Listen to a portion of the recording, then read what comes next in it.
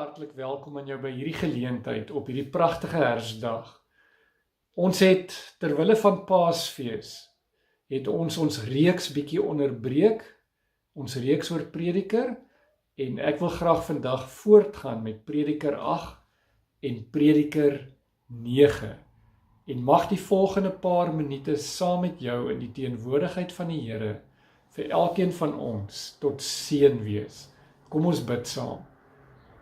Onse Vader in die hemel, wat 'n wonderlike voorreg om so in vryheid in U teenwoordigheid te kan stil word. En Vader, U wil graag hê dat ons in hierdie lewe met vreugde sal lewe, dat ons brood met vreugde sal eet, en ons lewenstaak met vreugde sal vervul, omdat elke nuwe dag 'n geskenk, 'n gawe van U af is.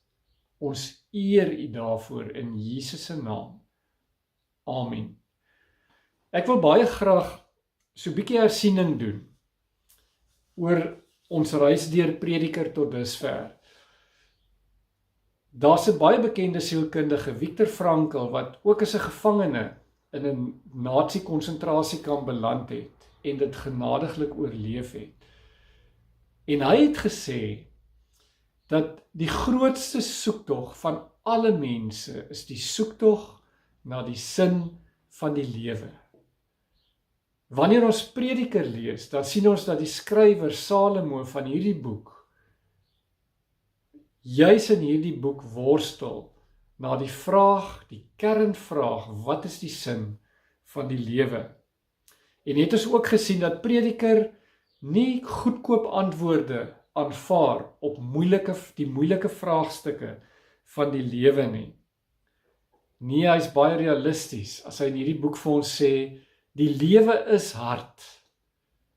En ons ervaar dikwels dat alles kom tot niks. En dat dieselfde lot almal tref, dat almal goeie tye ervaar, maar ook slegte tye. Die een ding wat hy vir ons baie duidelik, as 'n sentrale tema deur die hele boek kom leer, dan is dit, dat daar's baie dinge wat Prediker nie vir ons kan verklaar nie. Maar een ding is dit, dat die Here God, ons Vader in die hemel wil hê, dat ek en jy met vreugde sal leef. En dat elke dag uit sy hand 'n geskenk van hom aan jou en my is, om voluit te lewe en die beste van die lewe te maak. En dit bring my by Prediker 8. In Prediker 2 het ons gesien, dat Prediker maar die regte ou is wat met ons mag praat, want hy het elke roete van die lewe in die fynste besonderhede beproef, of dit goed was en of dit sleg was. En in Prediker 8 kom hy en probeer hy na die moeilike vrae van die lewe kyk, vanuit die perspektief van wysheid. En as ons wysheid moet definieer, dan sê die Spreuke-skrywer in Spreuke 1 vers 7, wysheid begin met die dien van die Here. Dit raak net makliker om die uitdagings van die lewe te hanteer wanneer ons die Here dien. Want die een boodskap wat hy in die Ou Testament veral en reg deur die Bybel vir ons gee, is dat dit gaan nie altyd goed gaan met ons nie. Maar ek sal by jou wees. Ek sal jou nooit verlaat en jou nooit in die steek laat nie. Wat 'n kern motivering is dit nie vir my en vir jou, om voluit te leef ten spyte van nie. In Prediker 8 dink hy diep na oor wysheid, en of wysheid vir ons voldoende antwoorde kan gee op die uitdagings van die lewe. En dan is dit vir my so mooi, as ons dit lees, dan sê hy, wysheid het bepaalde voordele vir ons as kinders van die Here. Wysheid maak dat jou gesig verander. dat jy 'n vriendelike mens word. Gehoorsaam, wat my betref, sê hy, gehoorsaam die bevel van die koning op grond van die eed van getrouheid voor God. Wysheid help vir my en vir jou om in gehoorsaamheid aan die Here se wil te leef.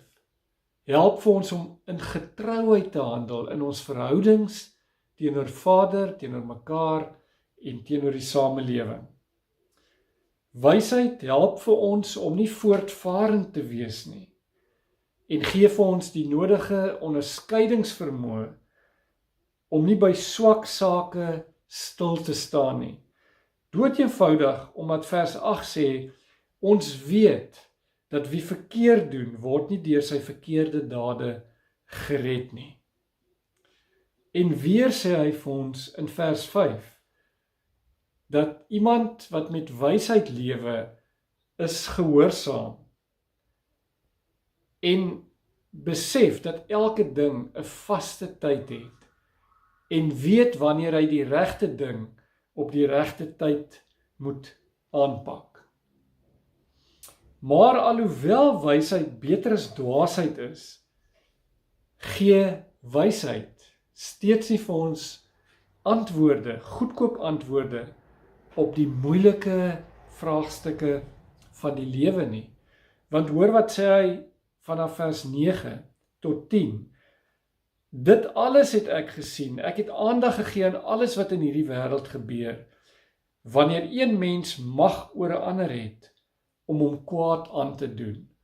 Hoeveel keer sien ek en jy dit nie in die samelewing nie, dat iemand wat in 'n magsposisie is, sy mag totaal en al misbruik, om bo oor ander mense te loop.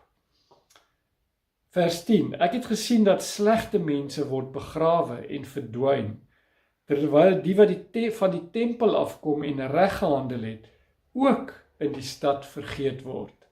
Alles kom dus tot niks. Maar sê hy, van een ding is ek baie seker, al doen die sondaar ook hoeveel kwaad, en leef hy nogtans lank, ek weet, met die vromes wat vir God dien, sal dit goed gaan. Met die goddelose wat nie vir God dien nie, sal dit nie goed gaan nie. Soos 'n vlugtige skaduwee wat gou verdwyn, sal die goddelose nie lank lewe nie. Ook hier lei wat op die aarde gebeur tot niks. Oor regverdiges kom wat goddeloses toekom, oor goddeloses kom wat regverdiges toekom. Ook hierin sê hy, kom alles tot niks. En verder sê hy in vers 16, so het ek my daarop toegelê om agter te kom wat wysheid is en om te begryp waarmee mense hulle op die aarde besig hou, sonder dat hulle dag of nag tot rus kom. Toe het ek al die werk van God begryp. Die mens is nie in staat om wat in hierdie wêreld gebeur te verstaan nie. Hoe hy hom ook al inspann en soek, hy verstaan nie. Al sê die wyse hy weet, kan hy nie verstaan nie. So selfs wanneer hy na die moeilike vraagstukke van die lewe deur die perspektief van wysheid kyk, dan kom hy by die slotsom wat hy sê, ek en jy behoort nie aan God se departement van verklaring nie.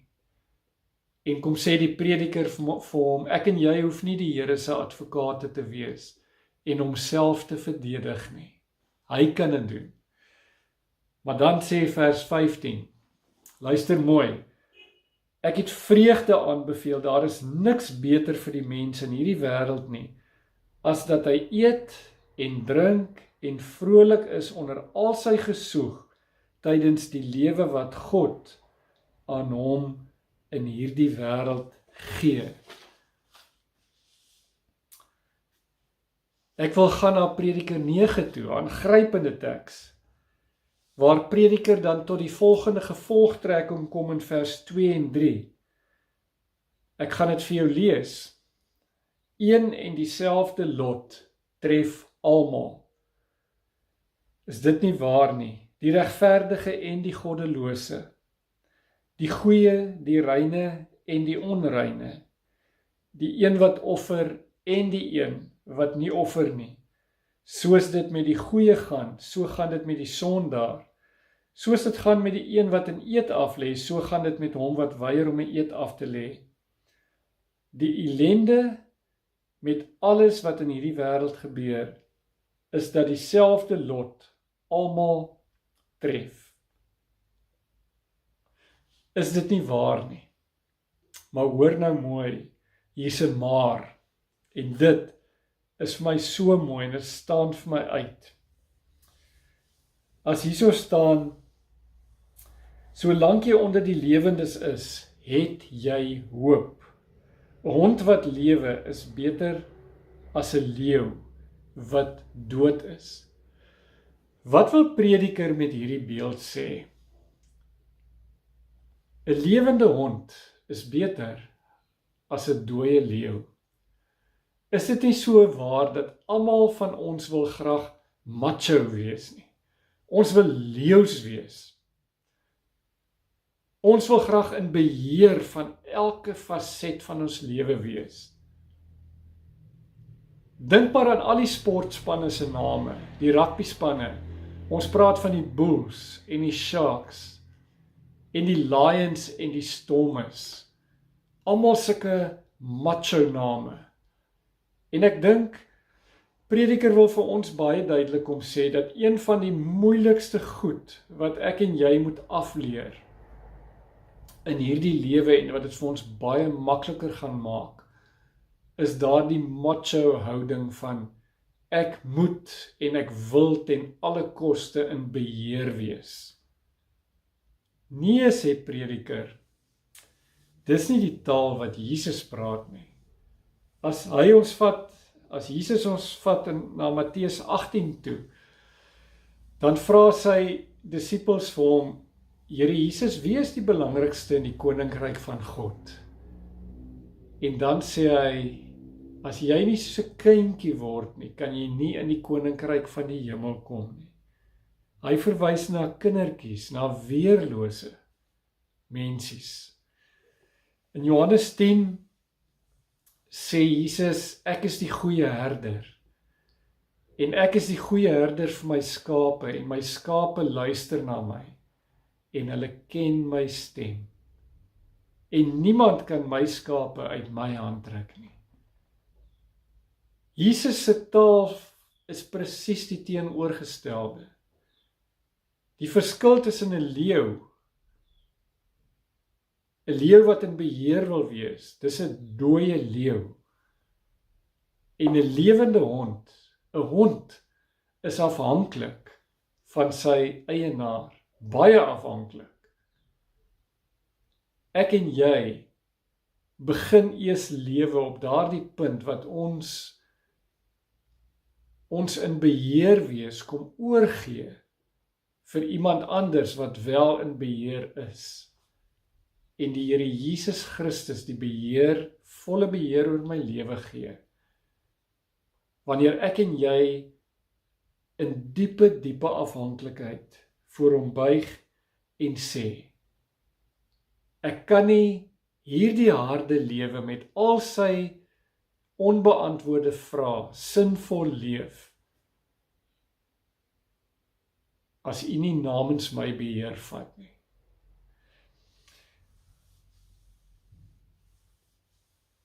Ja, wanneer ek en jy ophou om in beheer te wees, dan begin ons vir die eerste keer die sin van die lewe ontdek.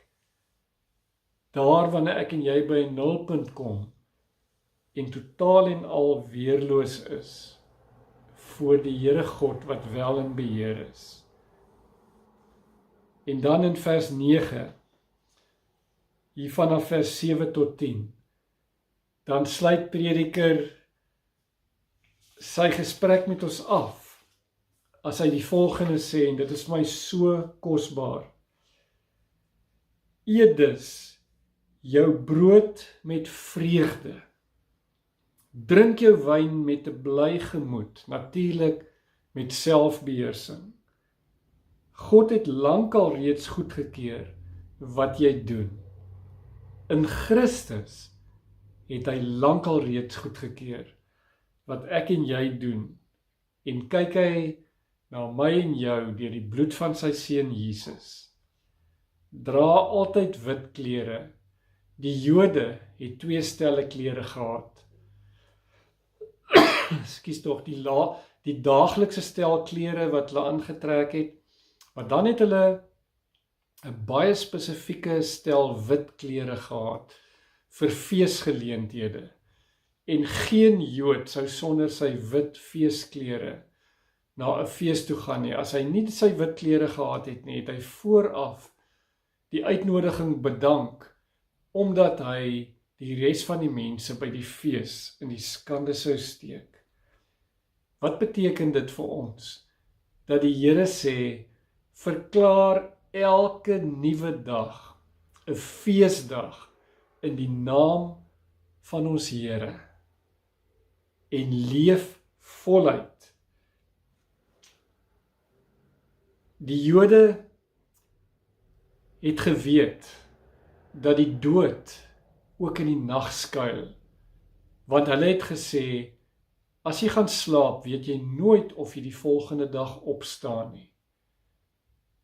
En so moet ons elke dag, wanneer ons opstaan, besef, dis 'n gawe, 'n geskenk, nog 'n dag, deur die Here se genade. Dan sê hy, versorg jou hare met olie. In die Bybel sien ons in Matteus 22 en 25, hoe dat daar vir ons 2 gelykenisse vertel word, waar mense hulle moet voorberei vir 'n bruilof, vir die hemelse bruilof. En dat niemand onvoorbereid by die hemelse bruilof kan opdaag nie. En so moet ons onsself elke dag opnuut voorberei, om daardie dag tot 'n feesdag in die Here se teenwoordigheid te verklaar. Versorg jou hare met olie. Ons onthou dat Maria Jesus se voete gesalf het, terwyl hy net voor sy kruisiging aan die huis van die Fariseërs was. Om jou gaste te salf was 'n baie bekende Bybelse gebruik. En dit was 'n simbool van gasvryheid en van vreugde en dankbaarheid. En hierso sê die prediker vir ons, hy sê, versorg jou hare met olie, gooi die olie op jou eie kop uit, sodat almal wat vandag met jou te doen kry, 'n aangename reuk kry, want dit was lekker ryk olie gewees. Omdat ek en jy, soos wat Paulus in Korintiërs sê, God se wierook is. Ek en jy moet vandag 'n aangename geur tussen mense versprei. Geniet die lewe met die vrou wat jy liefhet. Verklaar dus ook elke dag jou huwelik tot 'n feesdag, want dit kan so vinnig tot 'n einde kom. Ja, verklaar elke dag in hierdie lewe wat tot niks kom en baie kort is as 'n feesdag, en doen met toewyding alles wat jou hand vind om te doen, want die doderyk waarheen jy op pad is, daar is nie werk of insig of kennis of wysheid nie. Mag die Here vir my en vir jou die genade gee om ten spyte van die harde uitdagings van die lewe, ten spyte van die feit dat ons met baie vrae in ons gemoed lewe, omdat daar net nie eenvoudige antwoorde is nie. Mag hy vir ons die genade gee om elke dag tot 'n feesdag te verklaar en met vreugde te leef. Amen.